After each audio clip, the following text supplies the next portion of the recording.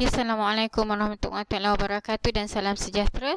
Okay, so seterusnya ya. Okay, in this chapter 3, okay, so we hope we can finish this 3.4.3. Okay, this is something new in our new syllabus. Okay, DPL 50103. Okay, describe 4 stages in port operation management. Okay, so ni since that this is new syllabus and found it exactly from the book. Okay, so saya terangkan daripada buku sajalah. Okay, alright. Okay, so nak tunggu awak baca pun kita baca sama-sama. Okay, okay, the 4 stages of port management operation. Okay, so apa dia ni? Okay, there are 4 principal stages pertaining to the ship stay at port. From the time of arrival at the port entrance until the time it is of its departure. Okay, so ada 4 tahap-tahap utama lah. Okay, 4 tahap utama dari mula port sampai hinggalah dia keluar daripada pelabuhan kita. Okay, so dari mana mula dia sampai hingga dia keluar daripada pelabuhan. Okay, the entire protocol of port management and the breakdown of the time ships spent at port is defined. Okay, so kat sini lah. Okay, dia bagi contoh kat sini lah. Okay. Okay, the first stage give the option to the ship to be served without having to enter the port, whereas the other 3 stages are analysed in a chronological order. Okay, so ada 4 tahap. Okay, so ada 4 tahap. Okay, kita tengok sini ya.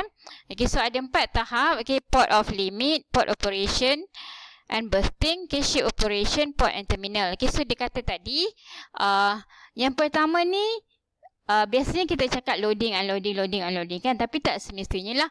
Okay, mungkin dia datang untuk transit ya. Kalau awak ingat jenis-jenis port dulu.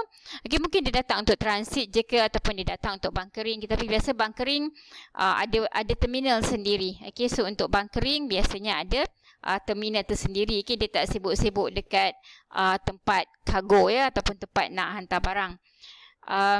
Okay, tapi itulah ceritanya. Okay, so maksudnya stage 1 ni dia tak ada nak turun barang. Okay, dia tak ada buat loading and unloading. Okay, tapi yang stage 2, 3 and 4 ni adalah okay, tugas-tugas tersebut. Alright, kita tengok balik.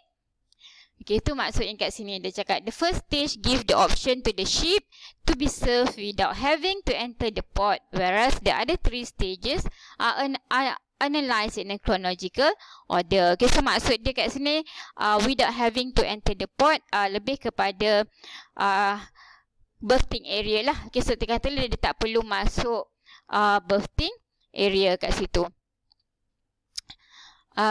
Okay. Okay, so dia kata lain, kita tengok ya apa maksud dia. Okay, so maksud dia tak ada loading and unloading kat situ. Okay, so dia tak masuk port untuk loading dan unloading. Okay, so dia cuma datang untuk certain transshipment ataupun untuk transit dan sebagainya. Okay, stage 1, ports of limits operations. Ports offer OPL operation services to the ships in transit that are not scheduled to visit the particular port of call for loading or discharging operations, but are in need of specific port-related services. Okay, so macam dah cakap tadi, OPL ni untuk kapal-kapal, okay, for all those vessels yang datang untuk transit mungkin, okay, tapi yang penting dia bukan untuk loading dan unloading lah, ya. Okay, sebaliknya dia mungkin memerlukan kemudahan-kemudahan yang tertentu. Okay, OPL services help ships achieve time efficiency and minimum deviation, low cost and economies of scale. Okay, so maksudnya kalau kita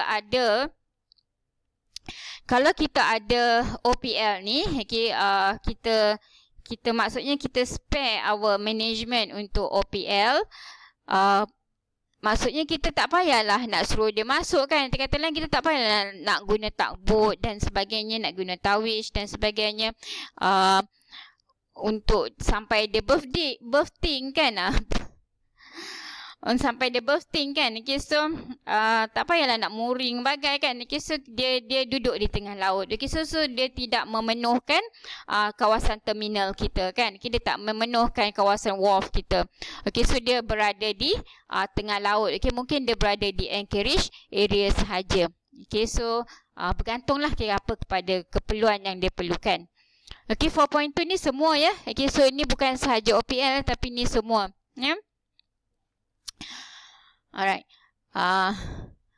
Okay, so seterusnya, since the ship's contractual obligations do not permit a deviation, ports can extend their time-efficient services to the OPL. Okay, since the ship's contractual obligations do not permit a deviation, ports can extend their time-efficient services to the OPL.